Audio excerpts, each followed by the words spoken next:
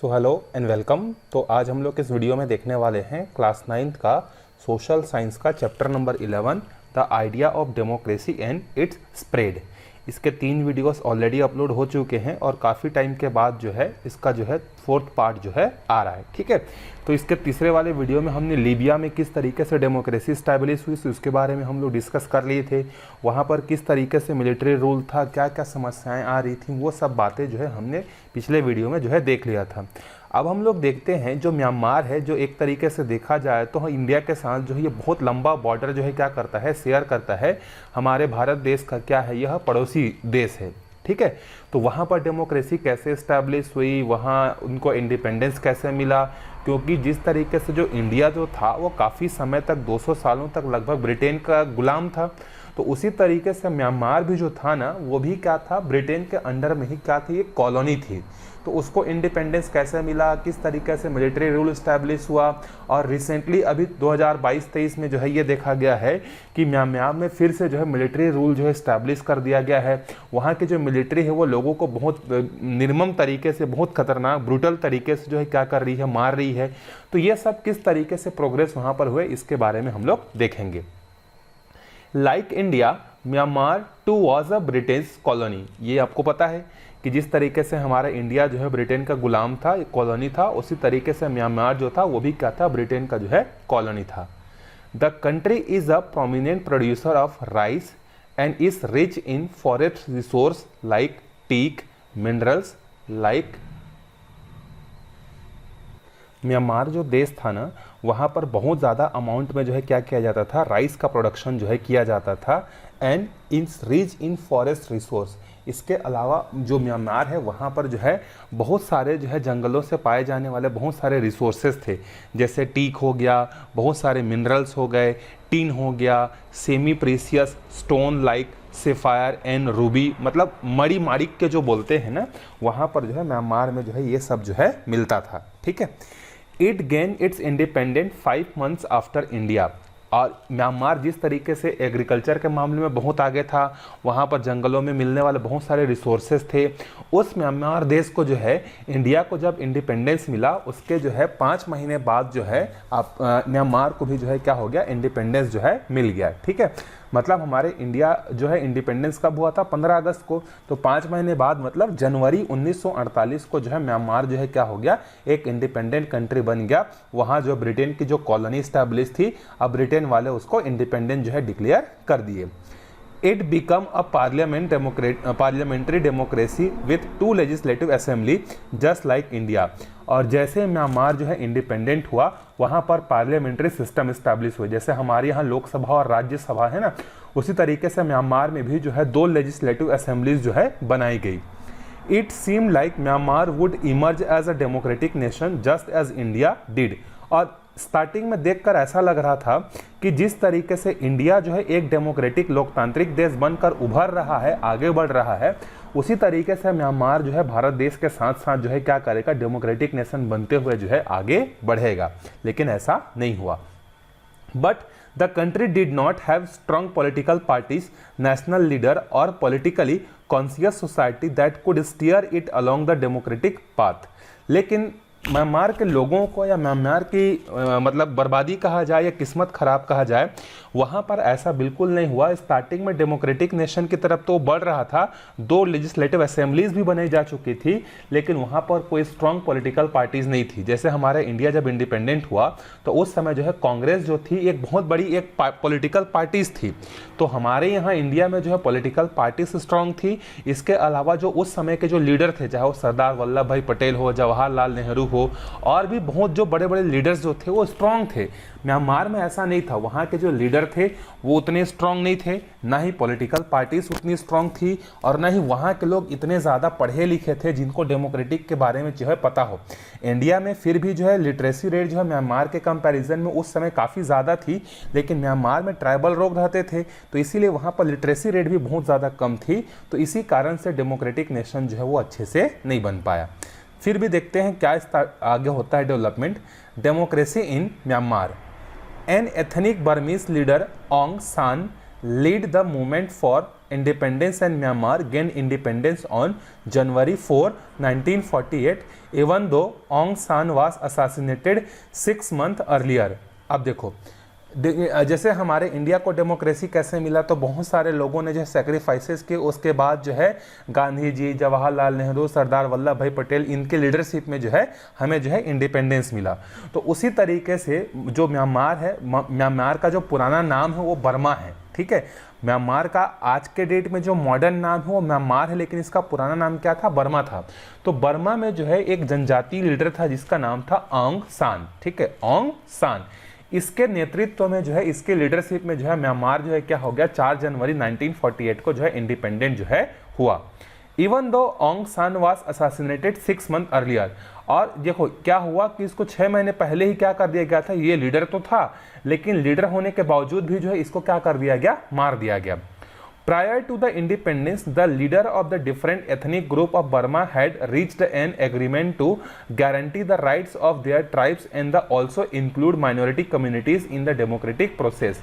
अब जब ये आदमी, इसके लीडरशिप में जो है इंडिपेंडेंस मिला था म्यांमार को, वो आदमी जब मारा दिया जाता है तो बहुत सारे जो छोटे छोटे जो ट्राइबल लोगों के जो ग्रुप्स थे, उनके जो लीडर्स थे, क्योंकि म्यांमार में जो है ट्राइबल कम्युनिटी बहुत ज़्यादा है, तो जो ट्राइबल ग्रुप्स के जो लीडर्स जो थे वो आपस में आकर मीटिंग किए और उन्होंने बोला कि हम म्यांमार को एक ऐसा देश बनाएंगे जिसमें जो है हर ट्राइबल कम्युनिटी को क्या होगा, राइट्स मिलेगा। इसके अलावा यहाँ पर जो भी माइनॉरिटीज़ रहती हैं उनको भी जो है उनके राइट्स जो है दिए जाएंगे। मतलब इन्होंने डिसाइड किया कि हम म्यांमार को एक प्रॉपर डेमोक्रेटिक कंट्री बनाकर जो है क्या करेंगे, आगे बढ़ेंगे करके इन्होंने आपस में एग्रीमेंट किया। किसने एग्रीमेंट किया, किसने एग्रीमेंट किया, तो ट्राइबल्स लोग के जो लीडर्स थे, बहुत सारे ट्राइबल्स थे, तो उनके लीडर्स ने आपस में बैठकर ये डिसाइड किया। The agreement allowed the country to function as a democracy in the initial few years. Many political parties participated in the election conducted in 1951, 1956, 1960s to elect democratic government. और इसी agreement के बाद जो है Myanmar में बहुत सारे election हुए, मेजरली 3 इलेक्शन हुए। पहला इलेक्शन हुआ 1951 में, दूसरा इलेक्शन हुआ 1956 में और तीसरा इलेक्शन हुआ 1960s में। तो ये 3 इलेक्शन में जो है बहुत सारे पॉलिटिकल पार्टीज, जैसे हमारे इंडिया में बहुत सारे पॉलिटिकल पार्टीज हैं, वैसे वहाँ भी बहुत सारे पॉलिटिकल पार्टीज ने जो है क्या क्या इलेक्शन में जो है पार्टिसिपेट किया। तो स्टार्टिंग में 1948 में जो इंडिपेंडेंस मिलने के बाद म्यांमार में डेमोक्रेसी जो है 10 सालों तक बहुत प्रॉपरली अच्छे तरीके से जो है क्या हो रही थी, चल रही थी। लेकिन ये जो है 10 साल के बाद जो है और ज़्यादा समय तक नहीं चल पाया। अब वहाँ पर जो है मिलिट्री रूल जो है आ जाती है। तो देखते हैं कि मिलिट्री रूल इन म्यांमार वहाँ पे क्या होता है। Myanmar faced many complex problems related to the tribal rights. The country required a strong institutional structure to address and resolve the problem. अब ट्राइबल के जो लीडर्स थे उन्होंने मिलकर डिसाइड तो कर लिया कि हम म्यांमार को एक डेमोक्रेटिक कंट्री बनाकर जो है चलेंगे और सबके राइट्स की बात भी किया। उन्होंने सारे ट्राइबल्स को साथ में मिलाकर आगे बढ़ेंगे ये बात भी किया। लेकिन ट्राइबल्स लोगों को जो है मैनेज करना जो है क्या हो जाता है, बहुत ज़्यादा डिफिकल्ट होता है। उनका जो कल्चर होता है, उनका जो एथनिसिटी होता है, बहुत सारे जो है अलग अलग प्रॉब्लम्स जो है ट्राइबल्स लोगों में जो है आने लगा। एक ट्राइबल ग्रुप अलग डिमांड करता है, दूसरा ट्राइबल ग्रुप अलग डिमांड कर रहा था। तो इस तरीके से वहां पर अभी ट्राइबल कम्युनिटीज के बीच में जो है प्रॉब्लम होना जो है, अराइज होना जो है स्टार्ट हो गया। और इस प्रॉब्लम को सॉल्व करने के लिए जो है म्यांमार में एक बहुत अच्छा स्ट्रॉन्ग जो है इंस्टीट्यूशनल स्ट्रक्चर, मतलब एक प्रशासनिक ढांचा की जो है जरूरत पड़ती ताकि वो क्या कर सके, उन प्रॉब्लम्स को जो है सॉल्व कर सके। जैसे हमारे इंडिया में जो है जो ट्राइबल्स लोग हैं उनके लिए अलग से जो है एक आयोग बना हुआ है, कमीशन बना हुआ है, ठीक है, जिसको हम लोग बोलते हैं शेड्यूल्ड ट्राइब और शेड्यूल्ड कास्ट, ठीक है। तो उस तरीके से वहां पर कुछ इंस्टीट्यूशन की जरूरत थी जो इन ट्राइबल्स लोगों के प्रॉब्लम को सुने, समझे और उसको सॉल्व करे। But it did not have such strong institution. लेकिन म्यांमार की बदकिस्मती क्या थी कि वहां पर इस तरीके का कोई एक स्ट्रॉन्ग इंस्टीट्यूशन जो है नहीं था जो इनके प्रॉब्लम को समझ सके, सॉल्व कर सके। The army took control of many tribal regions and established its rule. Many tribes took up arms to oppose the military takeover. और इसी का फायदा उठाते हुए जो वहाँ के जो मिलिट्री पर्सनल्स जो थे, मिलिट्री पर्सनल्स ने क्या किया, ट्राइबल्स लोगों को जो है अब क्या करने लगे, उनके एरिया को जो है अपने कंट्रोल में जो है लेने लगे और वहाँ पर अपना रूल इस्टेब्लिश करने लगे।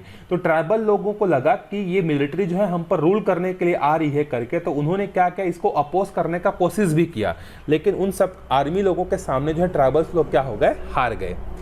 The army began suppressing the rebels, army chief Gen Ne Win other through the duly elected government in 1962 and took over control the country। अब वहां का जो मिलिट्री का जो हेड आदमी था जिसका नाम क्या था, जनरल नी विन। ठीक है, जैसे हमारे यहाँ आर्मी का, नेवी का, एयरफोर्स का अलग अलग हेड होता है ना, उन सब का एक जो है क्या होता है, एक और हेड होता है जो प्रेसिडेंट होता है। हमारे यहाँ तीनों आर्मी का जो हेड होता है वो अलग अलग होते हैं और तीनों आर्मीज का भी एक हेड होता है जो हमारा प्रेसिडेंट होता है।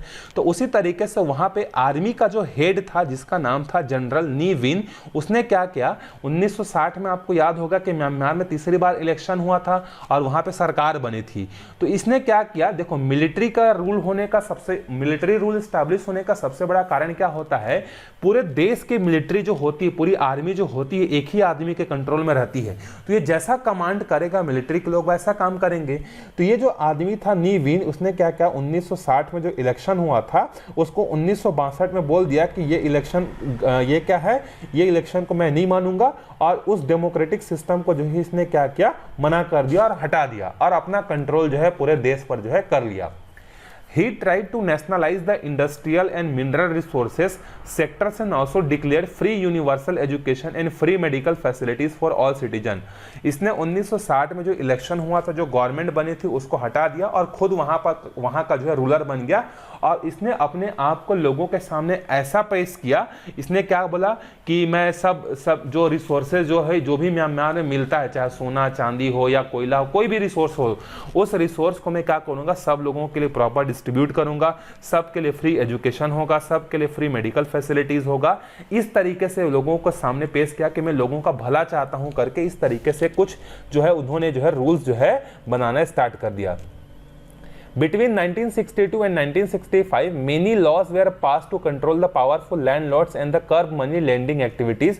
और 1962 और 1965 में जब ये अपना कंट्रोल एस्टैब्लिश कर लिया था, तो इसने अपने बेनिफिट के लिए बहुत सारे ऐसे रूल्स निकाल दिए जो सारा का सारा पावर जो दूसरे लोगों के हाथों में था उसको सबको कैप्चर कर लिया। ठीक है, मतलब इसने क्या किया, जमीन से संबंधित हो गया, रिसोर्स से संबंधित कोई भी चीज हो गया, अब पूरा का पूरा कंट्रोल जो है ये अपने हाथों में जो है लेने के बारे में जो है काम जो है करने लगा। The military rulers tried to gain the confidence of the people by showing them that they were working for their welfare। और आर्मी के लोगों ने लोगों के सामने ऐसा अपने आप को पेश किया कि वो सब के आर्मी के जो लोग हैं वो बाकी सब लोगों का भला चाहते हैं, ऐसा अपने आप को जो है लोगों के सामने जो है पेश करना स्टार्ट कर दिया। They nationalized all industries and mines।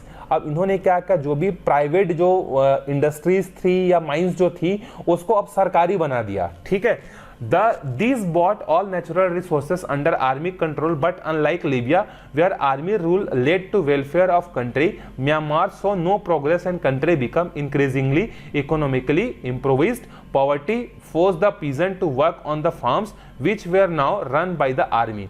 अब इन्होंने सरकार को तो हटा दिया, सरकार को हटाने के बाद बहुत सारे ऐसे रूल्स पास कर दिए गए जिसके कारण से जो भी प्राइवेट प्रॉपर्टी जो थी किसी भी, उसको सबको कन्वर्ट कर दिया गया किसमें, सरकारी प्रॉपर्टी में। अब जो भी रिसोर्सेज था वो सब रिसोर्सेज उस आर्मी चीफ के कंट्रोल में जो है आ गया। अब देखो लीबिया में भी इसी तरीके का हुआ था। लीबिया में भी वहां पर क्या हुआ था, मिलिट्री रूल जो एस्टैब्लिश हुआ था। लेकिन लीबिया में क्या हुआ था कि मिलिट्री रूल एस्टैब्लिश हुआ था, वहां पर भी सारे सरकारी मतलब जो प्राइवेट इंडस्ट्रीज थे या माइंस जो थे उसको भी जो है सरकारी बना दिया गया था। लेकिन लीबिया का जो मिलिट्री जनरल जो था उसने क्या किया था, वाकई में लोगों के भलाई के लिए काम किया था। आपने पिछले वीडियो में पढ़ा भी होगा, सुना भी होगा कि लीबिया में मिलिट्री रूल एस्टैब्लिश जो था वो इस तरीके से मतलब अच्छा काम कर रहा था।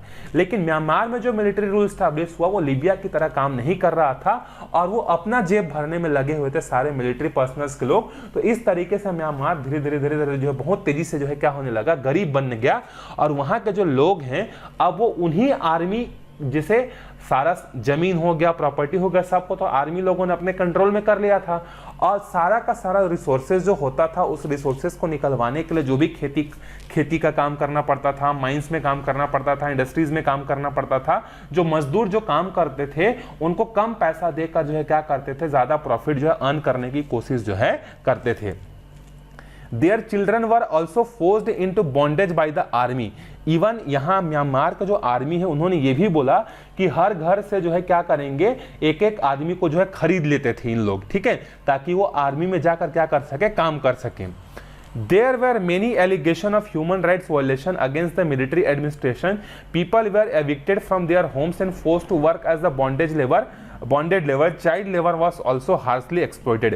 अब सब चीज आर्मी के कंट्रोल में था, कोई वहां पर पूछने वाला नहीं था। जो आर्मी के लोग चाहते थे वही अपने मर्जी से करते थे।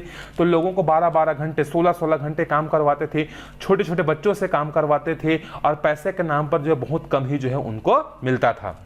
अब इन सब से परेशान होकर वहां के लोगों ने क्या किया, देखो, the protest against military rule were mostly spearheaded by the students. A major protest broke out in the 1988 which was brutally suppressed by the army. अब ये सब जो है, ये सब को देखते हुए जो है वहां के जो पढ़े लिखे जो लोग थे, जो स्टूडेंट्स थे, जो कॉलेज में पढ़ते थे, स्कूल में पढ़ते थे, उनको ये सब देख के खराब लगता था। तो उन्होंने क्या किया, मिलिट्री के अगेंस्ट जो है क्या कर दिया, इन्होंने जो है रिवोल्ट जो है कर दिया, प्रोटेस्ट करना जो है स्टार्ट कर दिया। और सबसे बड़ा जो प्रोटेस्ट हुआ था म्यांमार में वो 1988 में जो है हुआ था, जिसको वहां के मिलिट्री रूलर्स ने क्या किया था, बहुत ब्रूटली तरीके से जो है क्या कर दिया था, वहां के लोगों के जो प्रोटेस्ट जो चल रहा था उसको दबा दिया था, और बहुत लोगों को जो है क्या कर दिया गया, मार दिया गया। Thousands of protesters were killed. Following the protest, one army function took over the reins of the government, promising to hold election. It was during this period was the Aung San Suu launched a movement for political reforms in the country. She has since emerged as the leader of the Burma's struggle of democracy. अब जो student लोग मिलकर जो protest कर रहे थे उसको तो इन्होंने बहुत गंदे तरीके से दबा दिया। उसी में से एक लीडर जो है आगे बढ़ी थी, आगे निकली थी, जिसका नाम था आंग सान सू, ठीक है। ये उसी जो 1988 में जो रिवोल्ट हुआ था, या रिवोल्ट नहीं बोल सकते, जो प्रोटेस्ट कर रहे थे जो स्टूडेंट लोग, उन्हीं में से एक लीडर थी जिसका नाम है आंग सान सू। इसने क्या किया, म्यांमार में प्रॉपर डेमोक्रेसी स्टैब्लिश हो करके इसने बहुत जो है मेहनत जो है किया। यही जो फोटो दिख रहा है ना, इन्हीं का नाम है आंग सान सू। और ये अभी रिसेंटली 2021-22 में ये जेल में है। ये इलेक्शन भी लड़ी थी 2021-22 में और इलेक्शन जीती थी।